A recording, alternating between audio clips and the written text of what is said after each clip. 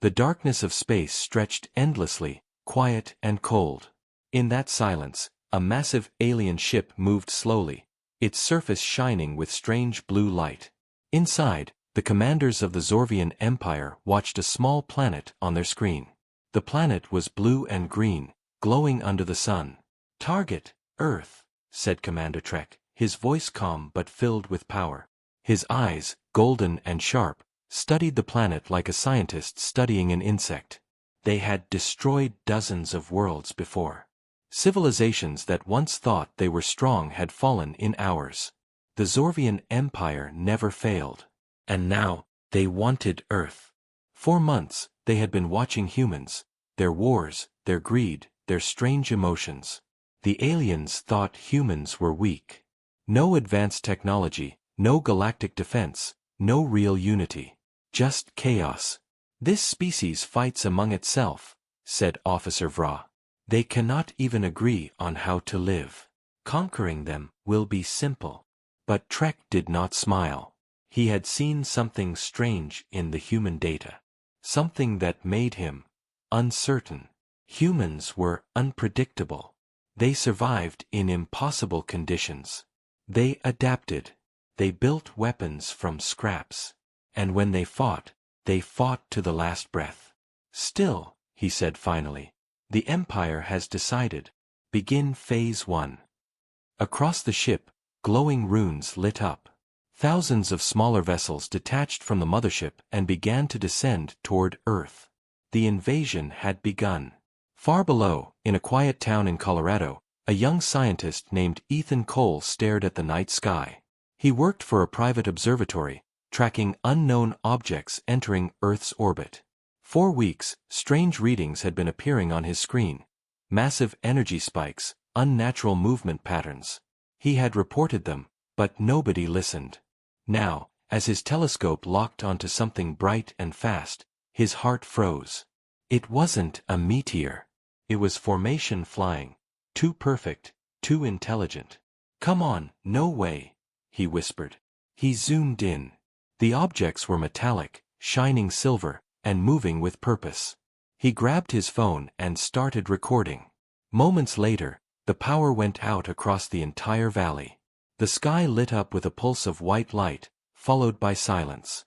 Miles away, in military command centers across the world, alarms began to ring. The satellites had picked up hundreds of unidentified crafts entering the atmosphere. They were fast. Faster than anything human-made. In Washington, General Harris shouted orders. "Get all defense systems online. I want visual confirmation now." But the enemy was already close. One of the alien ships appeared above New York, its shadow swallowing entire city blocks. People screamed, cars stopped, phones recorded everything. The world watched in shock. And then, something strange happened. The alien ship didn't attack. It simply hovered there, silent, enormous, watching. Inside the mothership, Commander Trek waited. They had sent one message to Earth's leaders, using every global frequency. "This world is now under the rule of the Zorvian Empire. Surrender your weapons. Obey. Resistance means extinction." The message repeated across every TV, every phone, every screen. Humanity was frozen with fear. But in that fear, something else began to grow: anger. In underground bunkers, secret labs and hidden research facilities, humans started to move. The world had changed overnight. Cities were quiet, skies were filled with strange ships, and people whispered in fear. Governments tried to communicate, but the alien technology was far beyond anything Earth had ever seen. No weapon worked against their shields, no plane could fly close without being destroyed. In the middle of this chaos, Ethan Cole sat in a dark room surrounded by glowing computer screens. He hadn't slept in 2 days. The world was panicking, but Ethan was searching, trying to understand the invaders' signals. He had recorded the first transmission, and now he replayed it again and again. The sound wasn't just words. There was a hidden pattern, a pulse. He slowed it down, filtered it, and his eyes widened. "It's not just a message," he said softly. It's scanning us. Somewhere deep underground, in a secret U.S. facility, General Harris received updates. They're mapping the entire planet, said one of his officers. Every power grid, every communication line, every weapon system, they know everything. Harris clenched his fists. Then we need to show them something they don't know. Meanwhile, above the clouds, the Zorvian mothership watched Earth like a hunter studying its prey. Commander Trek stood in front of the viewing screen. Report, he ordered. Officer Vra bowed slightly. Resistance minimal. Humans appear disorganized. Some military activity detected, but nothing significant. Good, said Trek. Continue atmospheric control. Begin Phase 2. Disable their skies. Within minutes, all satellites around Earth went dark. GPS stopped working. Planes fell from the sky. Communication systems collapsed. The world went silent. People lost hope. Without technology, without leadership, humanity seemed broken.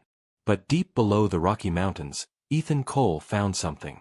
His computer finally decoded part of the alien transmission, a frequency pattern that matched Earth's natural electromagnetic field.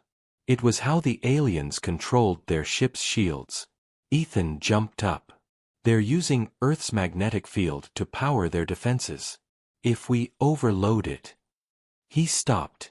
His brain raced. We can blind them. He contacted General Harris through an emergency military channel. The line was weak, filled with static. General, I know how to hit them. Not with weapons, but with their own energy. Harris listened, silent for a moment. You're a civilian, Cole.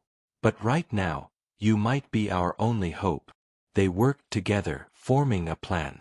If they could build a strong enough electromagnetic pulse, one that matched the alien frequency, they might disrupt their entire network. But it wouldn't be easy. They needed power. Massive power. Meanwhile, up in orbit, Commander Trek felt something strange. A flicker across the control panels. What is that disturbance? He demanded. Vra looked confused. A surge from the planet, sir. Possibly natural. Trek frowned. No. This world is not natural. These humans, they are hiding something.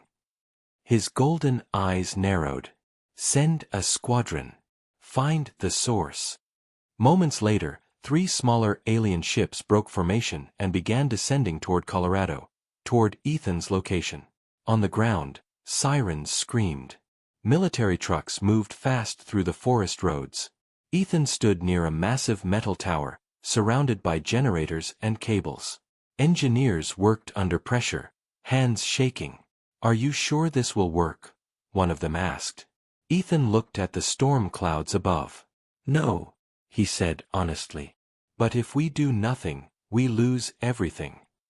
Thunder rolled across the mountains. The air crackled with static. As the alien ships approached, their lights cut through the darkness. They opened fire. Beams of white energy burned through trees, rocks, and machines. Soldiers fired back, bullets doing nothing. Power to full.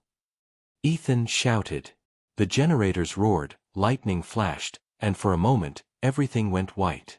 The pulse exploded outward, a massive wave of invisible energy that rippled across the land. The alien ships froze midair. Their lights flickered. Their weapons stopped. On the mothership, alarms blared. Vra shouted, our connection to the lower fleet is gone. Systems are collapsing. Commander Trek's face turned cold. Find out what they did. Now. Down on Earth, Ethan fell to his knees, exhausted. The tower had burned out completely. Smoke filled the sky. But when he looked up, he saw something that made him smile. The alien ships were falling. The world wasn't defeated yet. Humanity had just hit back. And somewhere in the shadows, a voice on a radio said quietly, they thought we were weak. They were wrong. Smoke rose from the mountain range where Ethan Cole's tower once stood. The pulse he created had destroyed 3 alien ships and stunned half of the Zorvian fleet. For the first time since the invasion began, Humans had fought back, and won a small victory. But victories never go unnoticed. High above the earth, Commander Trek stood in silence, staring at the destroyed ships on his monitor. The alien bridge was filled with angry voices, screens flashing red warnings. Officers shouted about system errors, shield failures, and broken communication lines. "How is this possible?" Vra asked, her voice shaking. "No primitive world has ever harmed our fleet." Trek's face was calm, but his eyes burned with cold fury. "They have found a weakness," he said quietly. "And that means they have intelligence beyond what we believed." He turned toward the tactical officer. "Locate the source of the pulse. I want the one responsible, alive." Back on Earth, the pulse's effects were still spreading. Across the world, millions of people saw alien ships flickering and falling from the sky. Humanity realized something incredible: the invaders could be hurt.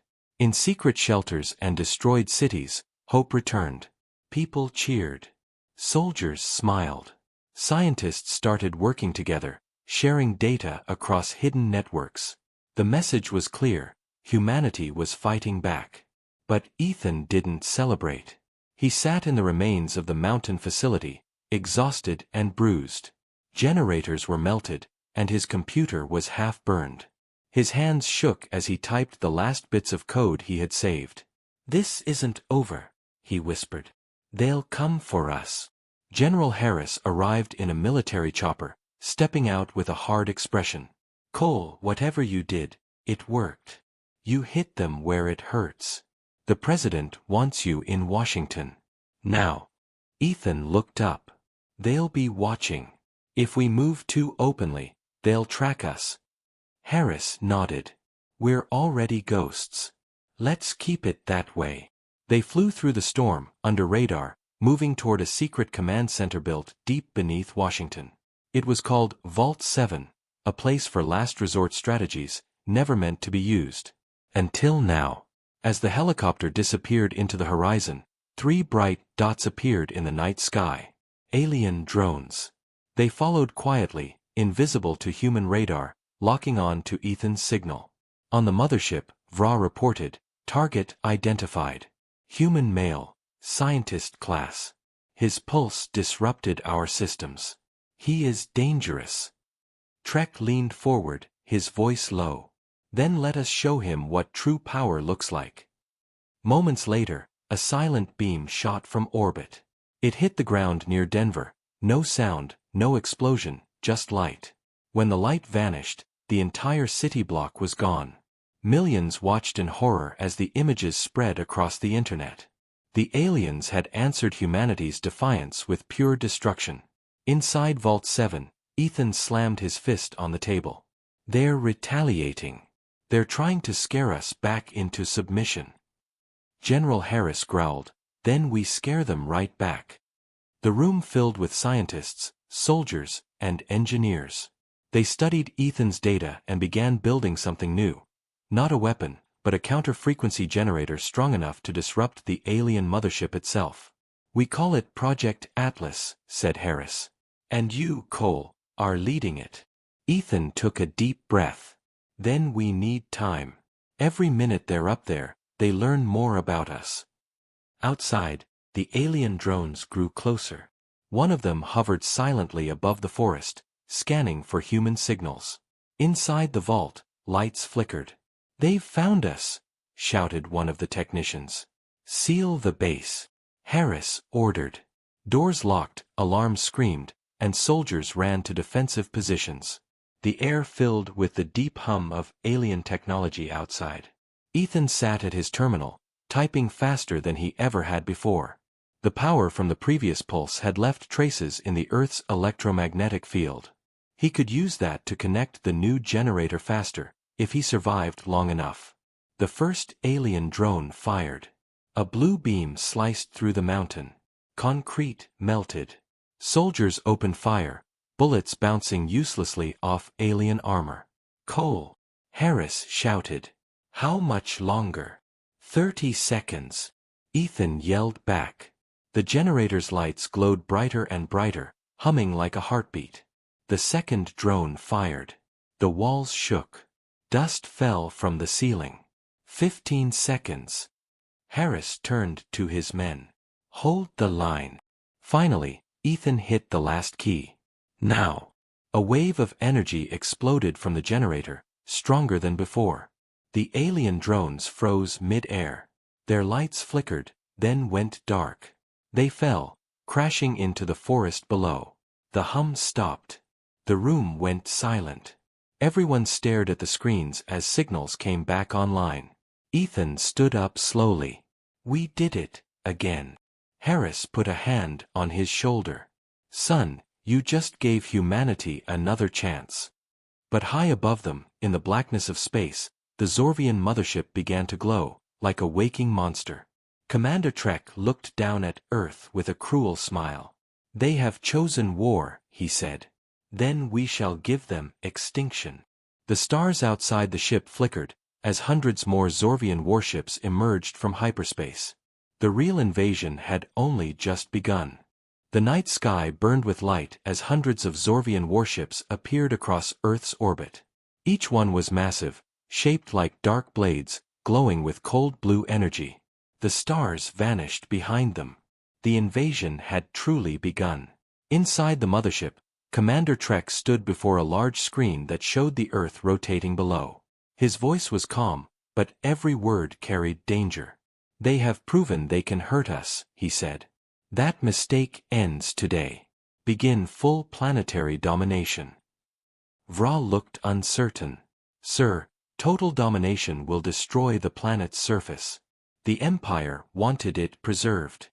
Trek's eyes flashed gold. Then we will rebuild it after. The lesson must be permanent. No one defies the Zorvian Empire. The order went out. All across the fleet, weapons charged, their power building like a storm ready to explode. On Earth, Ethan Cole and General Harris watched the readings from Vault 7. The monitors showed hundreds of energy signatures descending through the atmosphere. Ethan's face turned pale. They're not sending scouts this time. They're sending everything. Harris slammed his fist on the table. Then we fight with everything we've got. In hidden bases around the world, humans prepared. Submarines surfaced. Jets armed their last missiles. Scientists worked side by side with soldiers, connecting strange cables, running power to makeshift generators, the beginnings of Project Atlas. Ethan's plan was simple but dangerous. Use the Earth's magnetic field as a weapon.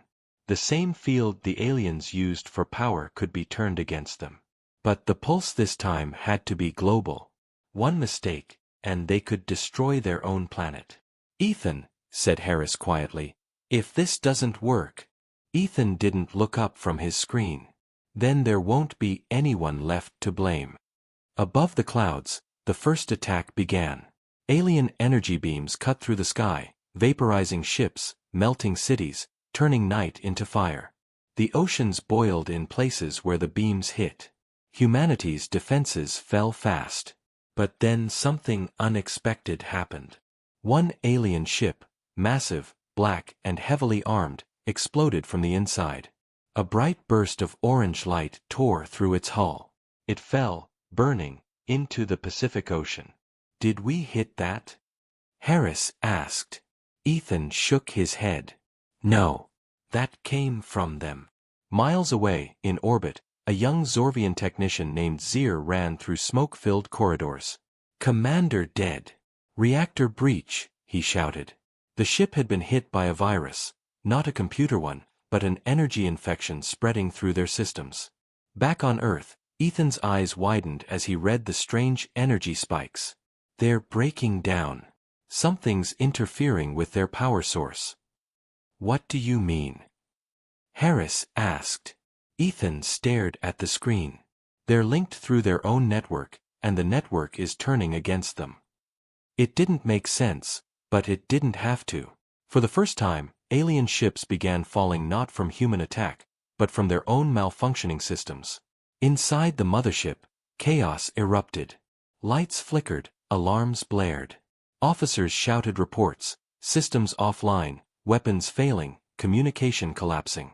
Vra turned to Trek, panic on her face. It's spreading. Whatever the humans did, it's eating through our network. Trek clenched his jaw. Shut down the grid. Reset the energy core manually. But before they could, one of the screens showed something terrifying, a signal coming from Earth. A massive pulse generator, powering up again. They are attempting another strike. Vra shouted. Trek's golden eyes narrowed. Then we strike first. He pointed to the holographic map. Target the source. Colorado. Obliterate it. Ethan saw the warning seconds before it happened. They've locked onto us, he yelled. General Harris didn't hesitate. Everyone underground. Move. The world outside turned white. A beam of pure light struck the mountains. The ground shook like an earthquake. The shockwave ripped through forests, melted stone, and sent dust high into the sky. When the light faded, everything was silent. Ethan coughed, pushing aside rubble. His ears rang. The facility was half destroyed, but somehow, the generator was still online. He crawled toward the console. Sparks flew. The power readings flickered. Come on, he whispered. Just one more time. Above the Earth, the mothership charged its final weapon. The energy core glowed brighter than a sun. Trek raised his hand. Fire. At that exact second, Ethan slammed the final command key. The pulse fired. It wasn't just local this time. The wave spread through the Earth's magnetic field, racing across oceans, through mountains, around the globe. Alien ships froze midair. Their lights dimmed. Their weapons powered down. Even the mothership trembled as the energy feedback hit it like a storm. In the silence that followed, Ethan collapsed beside the console, exhausted. The pulse had drained everything, even him. General Harris stood beside him, staring at the dark sky on the monitor. Did we do it? Ethan smiled weakly. For now. But deep in space, far beyond the fleet, another signal activated. A transmission not from the mothership, but from the Zorvian homeworld itself. A cold, digital voice echoed through the void. Backup fleet authorized. Full retaliation protocol initiated. The war for Earth was far from over. The Earth was quiet again, but it was the kind of silence that comes after a storm. Cities lay in ruins. Oceans smoked. The night sky, once filled with fire, now showed only the pale glow of dying alien ships drifting in the atmosphere. Humanity had survived the second wave, barely. Deep inside the destroyed remains of Vault 7, Ethan Cole opened his eyes. The air was thick with dust. He could hear distant voices, soldiers calling out, moving debris, checking for survivors. His head throbbed, and his vision blurred. General Harris leaned over him. His face was covered in ash, his uniform torn. You did it, son, he said quietly. You brought them down. Ethan tried to sit up. Did we stop them? Harris didn't answer. Instead, he looked toward the cracked screen nearby. The global radar showed something terrifying. More signals, far beyond Earth. Hundreds of them. Thousands. They're coming again, Ethan whispered. Worse, Harris replied. That last pulse didn't just hurt them, it woke them up. Across space, on the Zorvian homeworld, a council of alien warlords watched the footage of Earth. Their leader, Supreme Overlord Cthal, stood tall, his armor glowing dark red. So, this is the species that defied us, he said slowly. Primitive.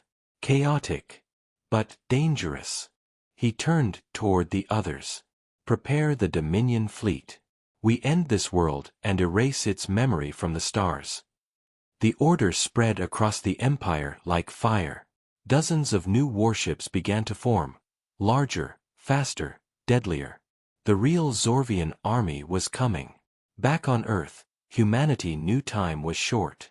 Nations stopped fighting each other. Scientists, engineers, and soldiers united like never before. They gathered in hidden cities under the ground, working together on the final phase of Ethan's project, Atlas Core. Ethan explained it to the world leaders through a flickering hologram. The aliens use energy that flows through the planet's magnetic field. We've already proven we can disrupt it.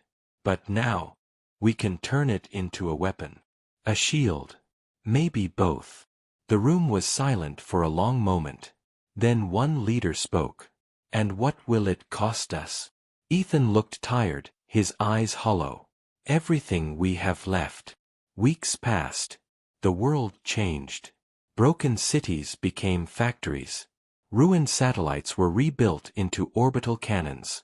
The oceans hid submarines carrying Atlas nodes, giant reactors linked through the planet's core. General Harris became the head of the Global Defense Force. His soldiers no longer wore different flags, just one, the mark of Earth. But hope came with fear. Strange energy storms began appearing around the planet. The magnetic field was becoming unstable because of the Atlas network. It was working, but it was dangerous. One night, Ethan stood alone outside the facility, staring at the stars. He could see faint glows, ships entering the system. His heart sank. They're already here. Moments later, the sky erupted. Massive Zorvian carriers emerged from hyperspace, surrounding Earth like a dark cage. The mothership, larger than a continent, appeared in orbit again, rebuilt, stronger, its armor shining like obsidian. Inside, Commander Trek stood once more. His face showed no emotion. Report. Vra bowed. All systems operational. Fleet ready to deploy. Trek looked down at the blue planet. We underestimated them once. Never again. He raised his clawed hand. Fire at will. The first wave struck instantly. Energy beams rained down on Earth. Cities vanished in seconds. The oceans boiled. Volcanoes erupted. Humanity was pushed to its breaking point.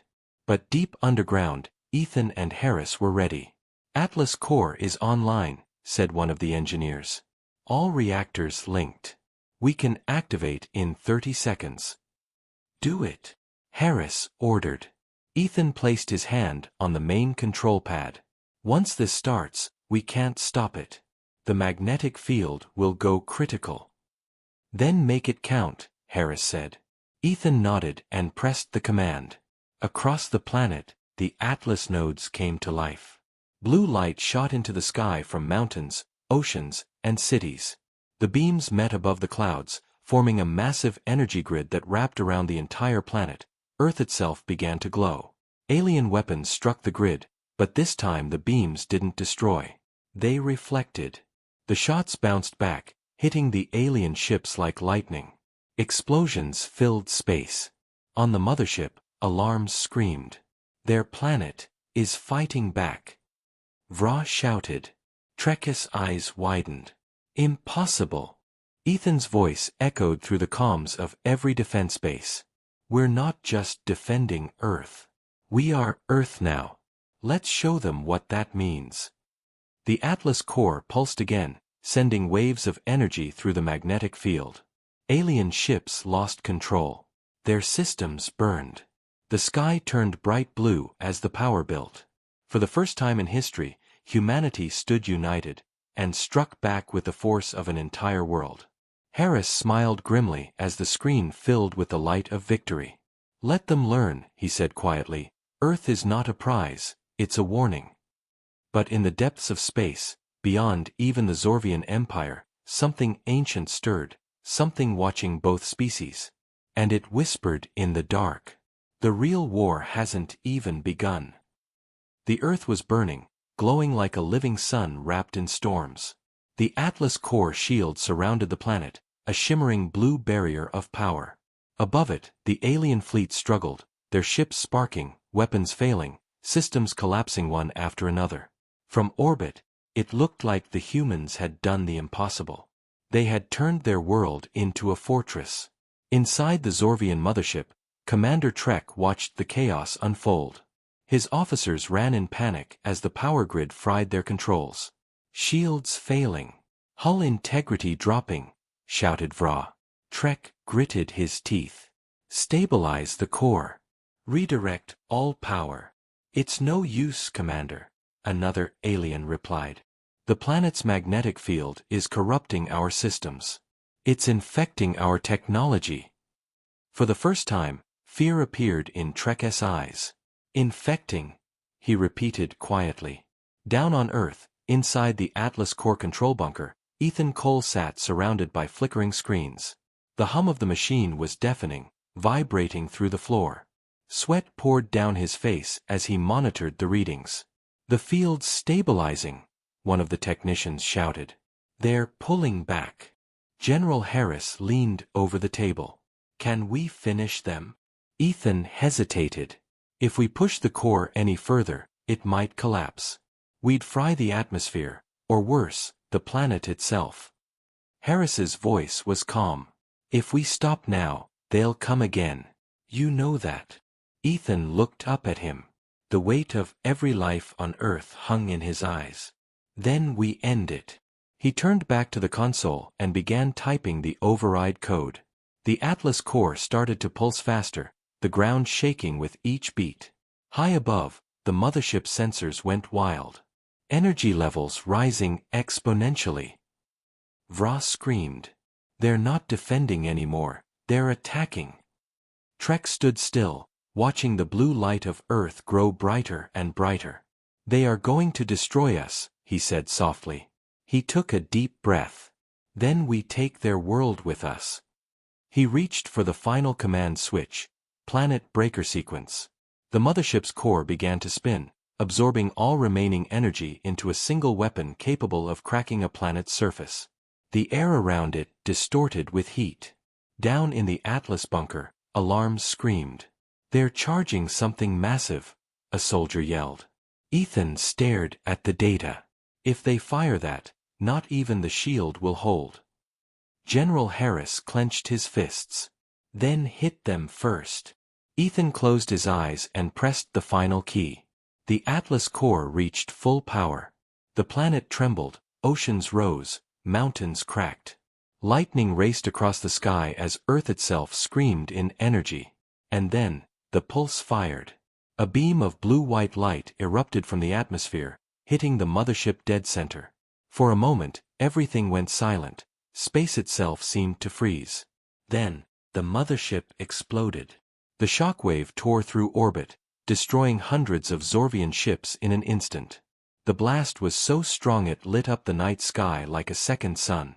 People all over the world saw it, and for a moment, they believed it was over. In the bunker, silence filled the room. Ethan looked at the readings. "Their fleet, it's gone." Harris let out a long breath. "You did it, Cole. You saved us all." But Ethan didn't smile. His screen still showed one signal, faint, distant, but real. It came from beyond the solar system. "They're still out there," he said softly. "And they're watching." Before Harris could respond, the lights flickered. The Atlas core emitted a strange sound, a low, pulsing hum, deeper than before. "Shut it down," Harris ordered. "I can't," Ethan said, panic rising in his voice. "It's not responding." The entire control room shook. Energy readings climbed higher and higher. "The core's evolving," Ethan whispered. "It's adapting to the pulse feedback."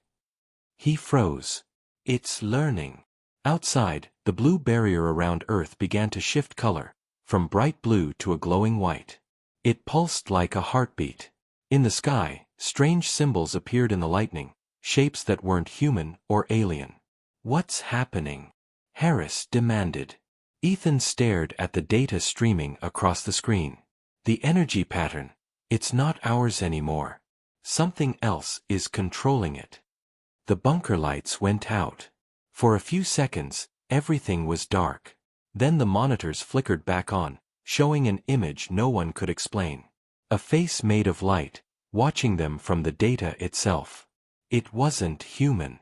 It wasn't Zorvian. A cold voice echoed through the speakers. "You have awakened what sleeps beneath your world." Ethan's heart pounded. Who are you?" The voice replied, calm and ancient. "We are the architects, the builders of your kind. And theirs. Harris stepped back. What does it want? The voice seemed to smile. Balance. The screens went black again. The Atlas core shut down completely. Ethan and Harris looked at each other in silence. The war with the Zorvians had ended, but something far older had just awakened. And somewhere deep beneath the Earth's crust, something began to move. The Earth was silent once more. The fires had faded, the sky was calm, and the alien ships were gone. Yet, beneath the planet's surface, something ancient had begun to stir. The humans had survived the invasion, but they had also awakened something far beyond their understanding. Deep inside the ruined Atlas core facility, Ethan Cole sat in front of a single flickering monitor. Around him, broken wires sparked, and the floor trembled softly, like the heartbeat of a sleeping giant. General Harris stood beside him, watching the readings that kept changing on the screen. The energy is alive, Ethan whispered. It's not mechanical anymore. It's thinking. Harris frowned. You mean the core? That machine you built? Ethan shook his head slowly. Not anymore. Whatever answered us, it took control. The Atlas core isn't ours now. A faint vibration moved through the air, a deep hum, like the sound of the earth breathing. The light in the room dimmed, and the monitors suddenly turned white. Words appeared on the screen. We are the architects. The balance must be restored. Ethan typed quickly. Who are you? What balance? The reply came instantly. You have broken the silence. The war you fought is not yours alone. Outside, lightning struck again and again across the horizon. But this lightning wasn't natural. Each flash formed strange circular symbols in the sky, symbols that didn't belong to humans or Zorvians. General Harris stared out of the bunker window. That's not weather, is it? Ethan's hands trembled as he read the next message. The Zorvians were never your enemies. They were our experiment, as you were. Two species, one purpose, one failure. He felt cold. They're saying, we were created? The voice grew louder, echoing through the speakers. You learned too fast. You reached for power that was never yours. Now both creations stand on the edge of destruction. Harris grabbed Ethan's shoulder. Can you shut it down? Ethan shook his head. If I try, it could trigger another pulse, and this time, it won't stop at the atmosphere. The ground suddenly shook harder. Cracks spread across the floor. Dust fell from the ceiling. Deep below them, something massive was moving, shifting the crust like it was alive. Satellite images came through what remained of Earth's network. Across the planet, huge circular structures were rising from the ground, from oceans, deserts, jungles, even under cities. They glowed with the same white light as the Atlas core. What are those? Harris asked. Ethan's voice was barely a whisper. They're part of it. The architects are waking up. In orbit, far from the dying fleet, Commander Trek watched his systems flicker back online. His ship drifted, powerless, until strange signals appeared on his screen, the same symbols, the same light. What is this? Vra asked. It's coming from Earth, but not human. Trek's eyes narrowed. The planet has changed. Then, his ship's AI spoke in a voice not programmed by Zorvians. Commander Trek, you have failed your design. The balance must be corrected. He froze. Who said that? The voice repeated, calm and endless. Return to your purpose, or be erased. Vra gasped as the ship's hull began to glow. The Zorvian technology melted, reshaping itself into something new, something organic. Trek looked toward Earth. For the first time, he understood. This world, it's not just alive. It's theirs. Back in the bunker, Ethan's computer displayed a countdown, 59 minutes and 55 seconds. Harris leaned closer. What is that? Ethan's face went pale. A planetary reset. They're going to restart everything. Life, technology, all of it. They think it's the only way to fix what we broke. We can't let that happen, Harris said. Billions of people. I know, Ethan interrupted, typing faster. If I can access the core's old control pathway, I might be able to talk to them, make them see reason. He connected the wires, overriding safety systems. The lights flickered again, and then a voice filled the air, soft and powerful. Why do you resist? Ethan spoke aloud. Because we've learned. Because we can change. You can't erase an entire world for trying to survive. There was silence. Then the voice replied, change brings chaos. Chaos brings war. Ethan took a deep breath. Then let us live with our chaos. That's what makes us human. For a long moment, there was no sound but the humming of the core. Then, the countdown stopped. The light faded. The tremors ceased. The monitors went dark. General Harris looked around. Did it work? Ethan leaned back, exhausted. I don't know. Outside, the symbols in the sky began to disappear. The air grew calm. The earth was quiet again, but different. The Atlas core was gone. The alien fleet was gone. And as dawn broke, Ethan stepped out of the bunker for the first time in days. The air felt fresh. The world seemed new, untouched, alive. In the distance, mountains glowed faintly, like something ancient sleeping beneath them. Harris walked beside him. Do you think they're gone? Ethan looked at the horizon. No, he said quietly. They're watching. Waiting. Maybe testing us. He paused, turning to the sky where stars still shimmered faintly. But this time, we're ready. Far above the earth, among the stars, a faint voice whispered, unheard by anyone but the wind. The balance holds, for now. And so, humanity's greatest war ended, not with victory or defeat, but with survival and a silent promise. The next time the universe tests Earth, Earth will answer.